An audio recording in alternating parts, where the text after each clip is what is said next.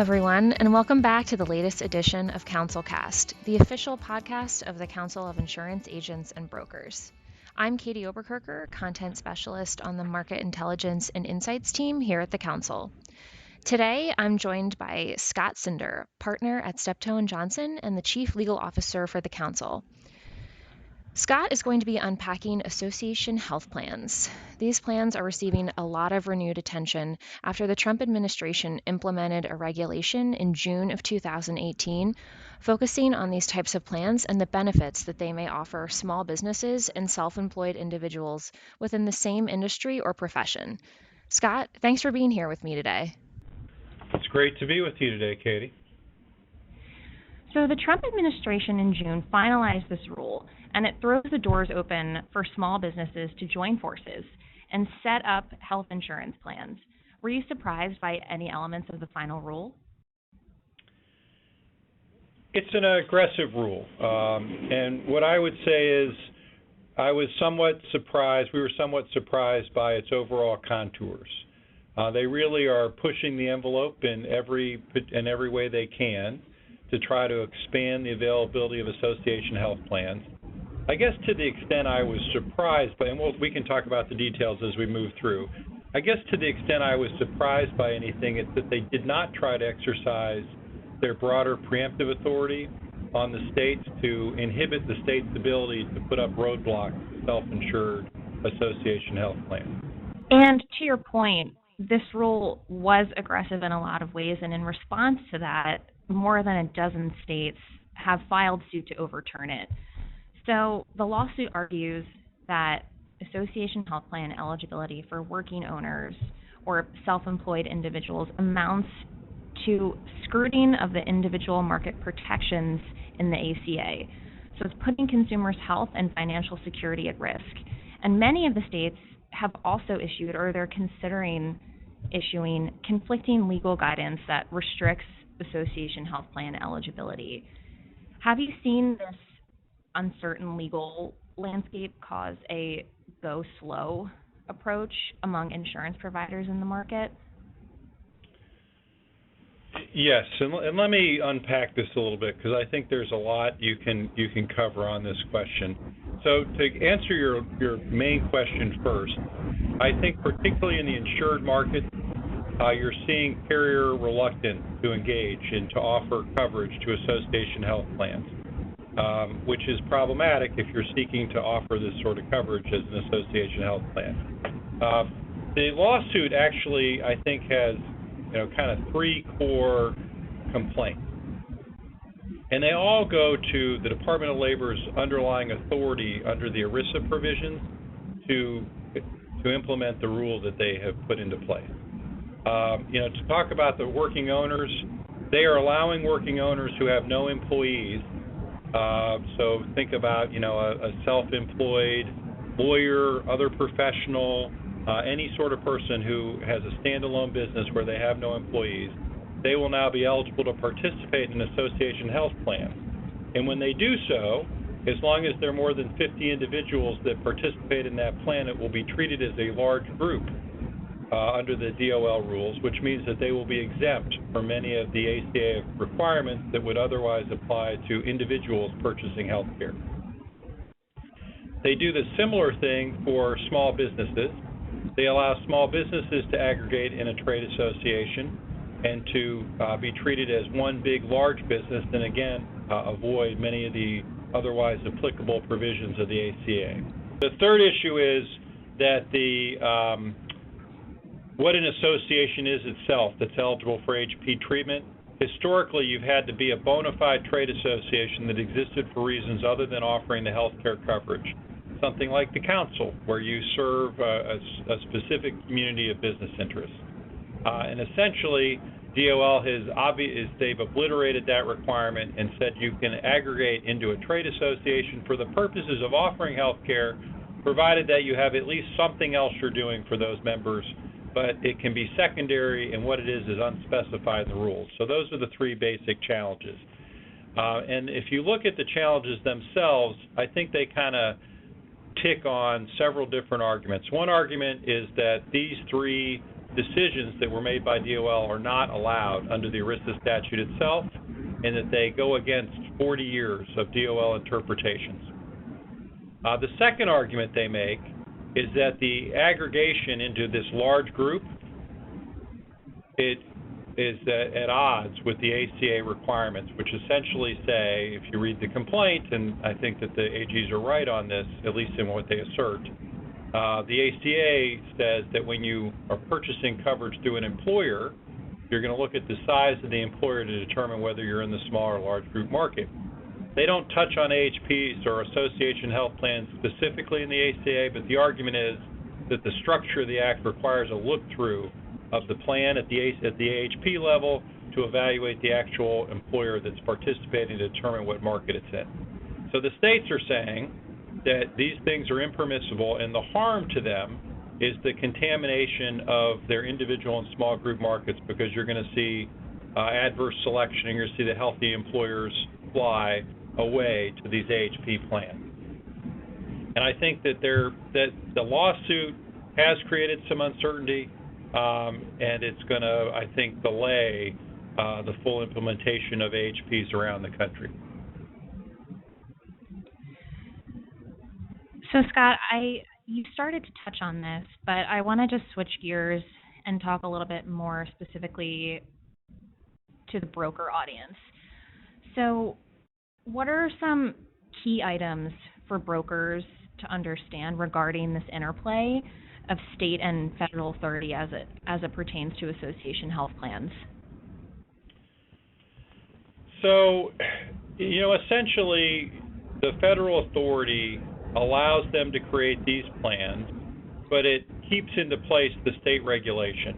Every AHP is a MIWA, a multi-employer welfare arrangement, and there's specific legislation allowing the states to have oversight over MIWAs.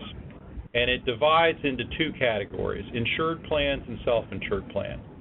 So on an insured plan, the states essentially retain their ability to regulate the carrier that's offering the coverage. So they're regulating the coverage under their normal state regulation rules. I don't think they're supposed to have any special rules that apply if they're offering to HPs, but they regulate the carrier and the plan that's offered. On the self-insured side, they have a much broader degree of authority.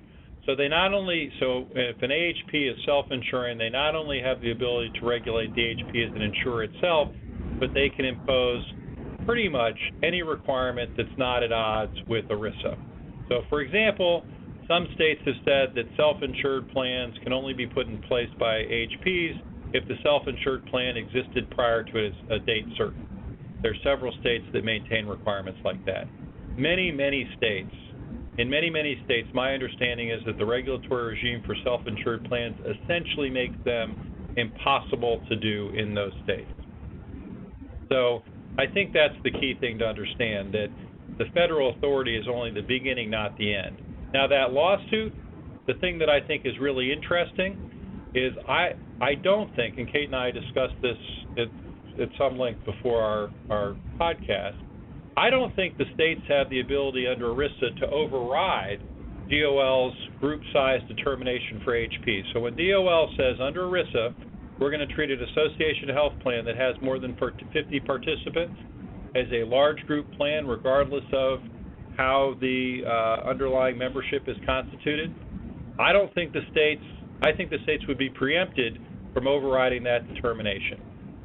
They're not inhibited from challenging the DOL determination based on the fact, as they've argued in the lawsuit, that DOL does not have the statutory authority to promulgate that rule either under ERISA or because of the ACA requirements that came later. So I think the important thing to understand is we're still really stuck at the moment with a pretty Byzantine state regulatory oversight system for the HPs themselves. Okay, so practically speaking, if I'm the head of my local Chamber of Commerce and I wanted to create an association health plan to cover medical, dental, and vision benefits for different small businesses and contractors that are within my city, and I'm able to secure an insurance provider, do I need to notify the state? And then what are some of the key items that I need to comply with in setting up one of these plans inside my state? So you would have to notify the state because you're a MIWA, and so you'd have to register with the state and with the Department of Labor just to notify them that you've established this MIWA. But again, most of the regulatory oversight then is on the carrier that's providing the coverage to the HP in this scenario, and not on the HP themselves. In terms of the key items that you're going to need to comply with, you're going to need to set up what would now be the requirements on the HP under the DOL rules. So the members are going to have to manage the day-to-day operations of the HP, and they're essentially going to function as a board because you're going to have an insurance company that's providing the coverage. But you're going to have individual participating employers, not the chamber itself, directly participating in the management of that HP. You're going to have documentation in place showing that you satisfy the commonality of interest requirements set out under the DOL rules. Now, those are much lighter than they were before they made these rule changes, but there's still that documentation obligation. Okay, thanks, Scott. And then you had mentioned that one of the pieces of this new regulation is that it eliminates a geographical restriction for these similar employers. So, for example, it allows a franchise of auto repair shops in multiple states to offer one big health plan. So how do you see these interstate arrangements working? Poorly. So my favorite example on this is the National Restaurant Association in a bit of odd timing because they actually rolled this out before the proposed rules were finalized. But they put into place a National Association Health Plan. Do you know how many options there are under the National Restaurant Association's National Association Health Plan for its members? No, how many? 256. Why are there 256? Because it's impossible under the current framework of state regulation to really set up an interstate plan. So really, the National Restaurant Association plan is 50 state plans. And within each plan, there are multiple options so that you can buy at different levels. But because of that state authority, on the self-insured side, it's almost impossible in most states to do a self-insured HP, so you've eliminated that opportunity. On the insured plan side, that means that the plan, whatever carrier is providing the coverage, their plan has to be admitted and approved in each state in which it's offered, which means that it has to satisfy all the mandate obligations of the state. Normally, an ERISA plan, if you think of a big employer, think of General Motors, they have facilities all over the country, they put an ERISA plan in place, they're not regulated and it's self-insured, that's not regulated at all under state law. So they are not bound at all by any state mandate. So that means they can have one set of benefits that they offer to all their employees and they can price it accordingly. But when you're outside of that framework, it's an insured plan. That means that each state's going to have a different set of requirements that look a little different, and it just becomes impossible to have an interstate plan. So I think it's a fiction that you're going to be able to use that, at least the way that the law is currently situated. There is a coalition advocacy effort that's starting to ramp up that's designed to, I think they're trying to do two things. One, they're trying to fix this on the federal level to maybe put a preemptive regime into place.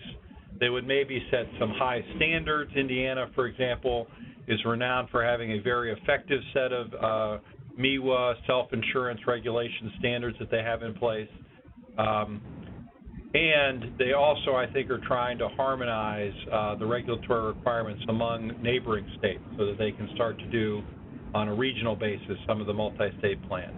I should note, and I haven't mentioned this yet, that historically, and our members will speak to this a lot, MIWAs have gotten a terrible reputation because before that MIWA statute was put into place, elevating the state's ability to regulate them, there were a lot of downward spiraling MIWAs that went bankrupt.